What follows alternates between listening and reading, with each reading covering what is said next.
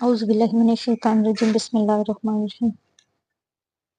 سورہ نساء ہم پڑھ رہے تھے۔ سورہ نساء کی آیت نمبر 34 کیا ہے کہ مرد عورتوں پر حاکم ہیں اور بسبب اس کے کہ جو وہ خرچ کرتے ہیں اپنے مال، پس جو نیک بیویاں ہیں وہ اطاعت شار ہوتی ہیں، غیب میں حفاظت کرنے والی ہیں اللہ کی حفاظت سے۔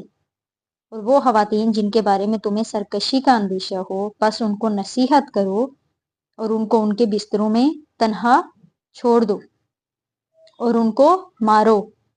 پھر اگر وہ تمہاری اطاعت کریں تو ان کے خلاف راہ مت تلاش کرو، یقیناً اللہ بہت بلند ہے، بہت بڑا ہے۔ اب یہ جو آیت ہے اس سے یہ واضح ہدایت ملتی ہے کہ گھر میں حاکم ہونے کی حیثیت جو ہے مرد کو حاصل ہے۔ سربراہ جو ہے خاندان کا وہ مرد ہے، عورت نہیں ہے۔ اب ویسے تو دیکھا جائے تو ہر انسان یہ چاہتا ہے عورت ہو یا مرد کے میری بات مانی جائے، گھر کے اندر مرد بھی یہی چاہتا ہے، عورت بھی۔ تو اس لیے دونوں باہمی رضامندی سے کسی ایک بات پر متفق ہو جائیں تو وہ اس طرح سے کر سکتے ہیں جس طرح ہو سکے۔ لیکن اگر معاملہ طے نہیں ہو رہا تو پھر کس کی رائے ہوگی؟ مرد کی۔ لیکن یہ ظاہر ہے جب عورت کی کوئی بھی رائے جو ہے مسترد ہوگی تو اسے بھی صدمہ پہنچے گا۔ اس لیے کیا ہے کہ اللہ تعالیٰ نے گھر کے ادارے کا جو ہے وہ سربراہ مرد کو بنایا، لیکن اکثر مرد جو ہے اس حیثیت کا غلط استعمال کرتے ہیں، عورت پر ظلم کرتے ہیں، حقوق ادا نہیں کرتا۔ تو یہ پھر اس کی اللہ کے ہاں بڑی سخت پکڑ ہوگی کہ آپ کو ایک اختیار دیا گیا، آپ اس کا غلط استعمال کر رہے ہیں، اس کو ظلم کا ذریعہ بنا رہے ہیں، تو اس کی سزا اللہ تعالیٰ کے ہاں آپ کو مل جائے گی بسبب اس فضیلت کے جو اللہ نے بعض کو بعض پر دی۔ مرد کو بعض صفات میں عورتوں پر نمایاں جو ہے وہ فضیلت حاصل ہے بسبب اس کے کہ جو وہ خرچ کرتے ہیں۔ اب جو اسلام کا معاشرتی نظام ہے ان میں کفالت کی تمام تر ذمہ داری جو ہے وہ مرد کے اوپر ہے۔ اب اس کے جو اخراجات ہیں شادی کے آغاز ہی شروع ہو جاتے، لیکن مرد مہر دیتا ہے، عورت مہر وصول کرتی ہے۔ اس سے یہ ہے کہ جو ہے شادی مرد کی بھی ضرورت ہے، عورت کی بھی، لیکن یہاں پہ عورت کو پھر دیکھیں کہ مہر بھی دیا گیا ہے۔ پھر گھر میں عورت کا جو تمام نون و نفقہ ہے وہ بھی مرد کے ذمہ ہے۔ جو نیک بیویاں ہیں وہ اطاعت شار ہوتی ہیں۔ اب مرد کو جو ہے وہ سربراہ کی حیثیت یا قوامیت کے عہدے پر فائز کرنے کے بعد اب نیک بیویوں کا رویہ بتایا جا رہا ہے۔ اب یوں سمجھیں کہ قرآن کے نزدیک ایک جو خاتون ہے، خاتون خانہ کی بہترین روش کیا ہونی چاہیے، وہ 3 الفاظ میں بیان کر دی گئی ہے: غیب میں حفاظت کرنے والیاں، اور نیک اطاعت شار۔ مردوں کی کیا ہے؟ غیر موجودگی میں ان کے مال اور حقوق کی حفاظت کرتی ہیں۔ ظاہر ہے مرد کا مال تو گھر میں ہی ہوتا ہے، وہ کام پر چلا گیا، بیوی اس کی حفاظت میں۔ اس طرح بیوی کی جو عزت ہے در حقیقت جو ہے مرد کی عزت ہے، وہ اس کی غیر موجودگی میں اس کی عزت کی حفاظت کرتی ہے۔ اس طرح مرد کے راز ہوتے ہیں جن کی سب سے زیادہ بڑھ کر رازدان بیوی ہوتی ہے۔ تو یہ حفاظت 3 اعتبارات سے ہے: شوہر کے مال کی، شوہر کی عزت اور ناموس کی، اور شوہر کے رازوں کی، اللہ کی۔ لیکن اللہ کی حفاظت سے اصل حفاظت اور نگرانی تو اللہ کی، لیکن انسان کو اپنی ذمہ داری ادا کرنی پڑتی ہے۔ جیسے رازق تو اللہ ہے لیکن انسان کو کام کر کے رزق کمانا پڑتا ہے۔ اور وہ خواتین جن کے بارے میں تمہیں اگر کسی عورت کے رویے سے ظاہر ہو رہا ہے کہ یہ سرکش ہے، ضد ہے، حد درمی کی جو ہے روش پہ چل پڑی ہے، تو شوہر کی بات نہیں مان رہی بلکہ ہر صورت میں وہ اپنی بات پہ اڑی ہوتی ہے، اس طرح گھر کی جو ماحول ہے وہ بھی خراب ہوگا۔ اگر عورت اپنی اس حیثیت کو تسلیم نہ کرے کہ وہ شوہر کے تابع ہے تو ظاہر بات ہے کہ اس میں بگاڑ تو پیدا ہوگا۔ ایسی صورتحال میں مرد کو قوام ہونے کی حیثیت سے بعض جو ہے اختیارات دیے گئے ہیں جن کے 3 مراحل ہیں کہ ان کو نصیحت کرو، سمجھاؤ بجاؤ، ڈانٹ ڈبل بھی شامل ہے۔ دوسرا مرحلہ ہے کہ ان سے علیحدہ بستر کر لو، ان کے ساتھ تعلق زنوں کو کچھ عرصے کے لیے منقطع کر لو۔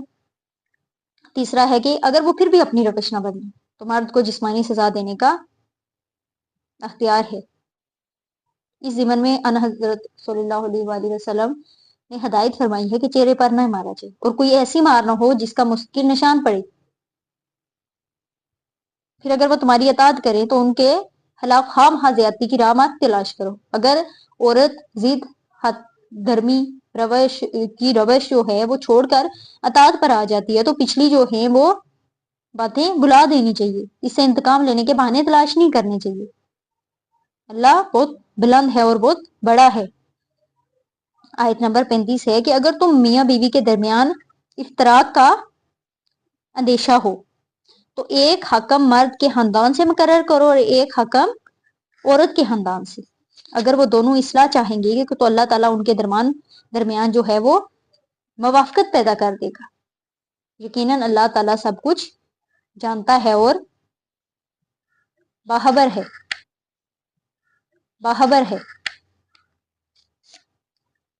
اب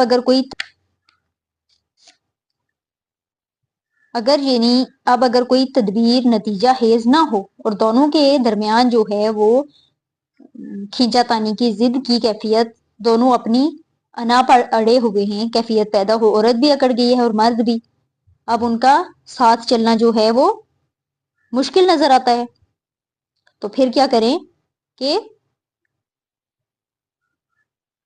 ان کے دونوں کے خاندان میں سے ایک جو ہے وہ جس کو کہتے ہیں جرگہ دار حکم جو ہے مرد لیکن مقرر کریں، ٹھیک ہے، دونوں کے سے۔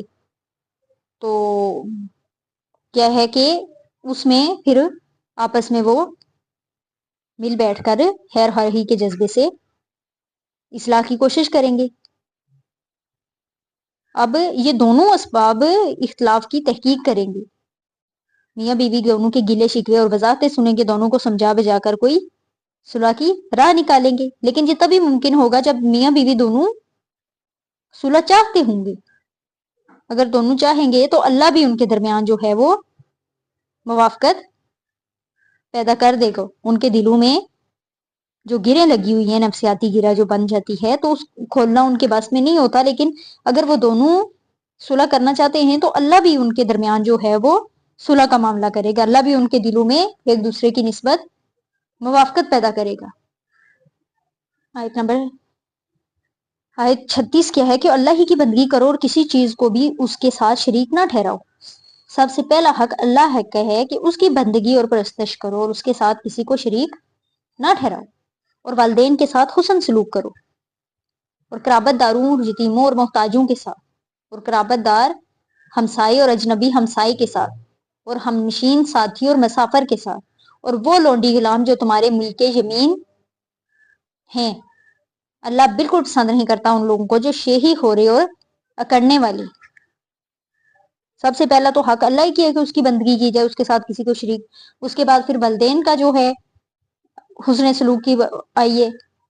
اب قرآن حکیم میں 4 مقامات پر اللہ کے حق کے فوراً بعد جو والدین کے حق کا تذکرہ ہے کہ والدین کے ساتھ حسن سلوک ہو، ان کے سامنے اپنی آواز نیچی رکھی جائے، ادب کا کیا جائے، احترام کیا جائے۔ اس کے بعد پھر کون ہے؟ عام طور پر محلے ایسے ہوتے ہیں کہ ایک قبیلہ ایک ہی جگہ رہ رہا ہوتا ہے، رشتہ داری بھی ہے، ہمسائے بھی ہے، لیکن اگر اجنبی ہمسایہ بھی ہو سکتا ہے، آج جیسے آج کل شہروں میں ہے، تو ان کے ساتھ بھی کیا کہتے ہیں کہ حسن سلوک کرو۔ اور ہم نشین ساتھی کی، مثلا آپ آپس میں بیٹھے ہوئے ہیں، آپ کے برابر بیٹھا ہوا ہے شخص، آپ کا ہمسایہ ہے، جو لوگ کسی بھی اعتبار سے آپ کے ساتھ ہیں، آپ کے پاس بیٹھنے والے ہیں، وہ سب کیوں ہے کہ آپ حسن سلوک کے مستحق ہیں۔ اور وہ لونڈیاں بھی جو تمہارے مل کے یمین میں آ جائیں، ان کے ساتھ بھی تو اللہ جو ہے وہ شیہی کرنے والوں کو پسند نہیں کرتا۔ آیت نمبر 37 کیا ہے؟ جو خود بھی بخل کرتے ہیں اور دوسرے لوگوں کو بھی بخل کا مشورہ دیتے ہیں، اور وہ چھپاتے ہیں اس کو جو اللہ نے انہیں اپنے فضل میں سے دیا ہے۔ ایسے ناشکروں کے لیے ہم نے بڑا ہانہ تمیز عذاب تیار رکھا ہے۔ اب شیہی ہو رہی اور اکڑ جن میں ہوتی ہے وہ بخیل بھی ہوتے ہیں، کیونکہ غرور اور تکبر عام طور پر دولت کی بنا پر ہوتا ہے. انہیں معلوم ہے ہمارے پاس دولت ہے، اگر یہ خرچ ہوگی تو ہمارا وہ مقام نہیں رہے گا، لوگوں کی نظروں میں عزت نہیں رہے گی. لہٰذا کیا ہے کہ وہ اپنا مال خرچ کرنے میں کنجوسی سے کام لیتے ہیں. تو اور وہ چھپاتے ہیں جو کچھ اللہ نے ان کو اپنے فضل سے دیا ہے، اپنی دولت کو چھپا چھپا کر رکھتے ہیں. انہیں یہ فکر ہوتی ہے کہ دولت ظاہر ہوگی تو کوئی سائل سوال کر بیٹھے گا، لہٰذا خود بھی مسکین صورت بنائی رکھتے ہیں تاکہ ان کے سامنے کوئی دستے جو ہے سوال دراز نہ کرے. اور ایسے ناشکروں کے لیے کیا ہے کہ اللہ سبحانہ وتعالیٰ نے بڑا ہی اہانت تمیز عذاب مہین عذاب تیار کر رکھا ہے، اور وہ اسی عذاب کا مزہ چکھیں گے.